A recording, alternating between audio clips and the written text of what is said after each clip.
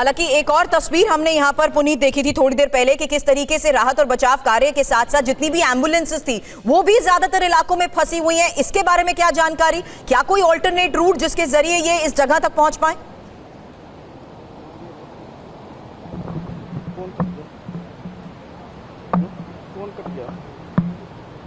पुनीत से लगता है संपर्क टूट गया है, लेकिन इस बीच हमारे सहयोगी पुनीत लगातार हमें जिस स्तर पर इस वक्त हर्षिल में काम चल रहा है, जिस स्तर पर पूरे इफेक्टेड एरिया में काम चल रहा है, आपदा प्रभावित लोगों के साथ फिलहाल आपको बता दें सीएम धामी की मुलाकात को लेकर भी तस्वीरें सामने आ रही हैं। हर्षिल में जो हालात हैं उसका जायजा भी सीएम ले रहे हैं, लेकिन इन तस्वीरों को देखकर आप साफ अंदाजा लगा सकते हैं कि किस तरीके से पूरा इलाका अभी भी मलबे से पूरी तरह कह सकते हैं जमींदोज हो रखा है। और राहत सामग्री के साथ साथ हेलीकॉप्टर्स के जरिए इस वक्त जिस तरीके से सीएम पुष्कर धामी हर्षिल पहुंचे हैं उसकी तस्वीर भी हमने आपको दिखाई। लेकिन इस बीच आपको बता दें हर्षिल में ही आपदा प्रभावित लोगों के साथ सीएम धामी की मुलाकात के साथ साथ किस स्तर पर इस वक्त वहां पर ऑपरेशन चल रहा है इसके बारे में भी हमारे सहयोगी लगातार पुनीत एक एक जानकारी दे रहे हैं।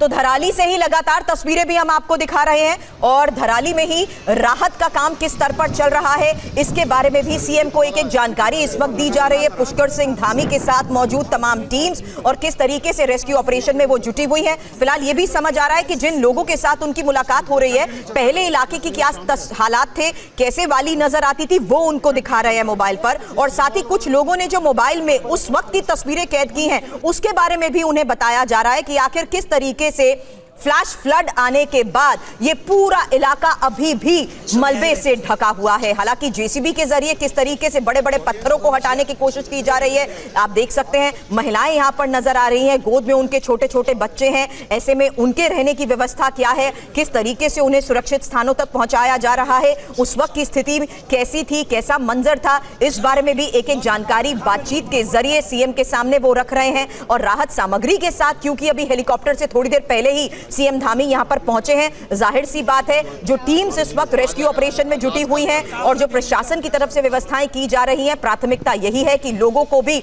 खाने पीने का सामान मिल सके। फिलहाल हालात का जायजा खुद सीएम ले रहे हैं, जिससे साफ है कि किस तरीके से अभी तक के किए गए ऑपरेशन के बारे में उन्हें बताया जा रहा है। इस वक्त हालात क्या है इस बारे में बताया जा रहा है। हमारे सहयोगी पुनीत हमें बता रहे हैं कि मौसम का रुख फिलहाल इस वक्त सामान्य जरूर नजर आ रहा है, लेकिन इन तस्वीरों को देखिए जिससे साफ नजर आ रहा है कि फ्लैश फ्लड के दौरान पानी के तेज बहाव के साथ आए ये बड़े बड़े पत्थर कैसे सब कुछ तहस नहस कर चुके हैं। ये पुल की तस्वीर देखिए आपको साफ नजर आ रही है जहां पर ऊपर टीम भी मौजूद है और जाहिर सी बात है जिस तरीके से रास्ते के एक दूसरे से संपर्क टूट गए हैं, एक और ऐसा वे टीम्स की तरफ से बनाने की कोशिश की जा रही है ताकि वो किसी हद तक इस पूरे रेस्क्यू ऑपरेशन को अंजाम देने के लिए आगे बढ़ सके। पुल पूरी तरह से क्षतिग्रस्त हो चुका है, सब कुछ तहस नहस हो चुका है और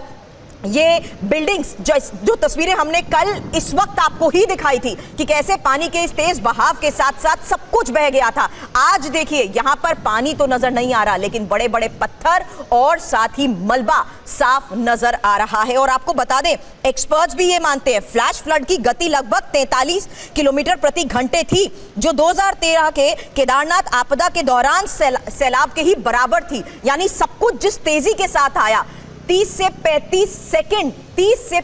सेकंड में सब कुछ तहस नहस हो गया। और ये जो मलबा आपको नजर आ रहा है ये वो जगह है जहां पर पहले बाजार हुआ करता था।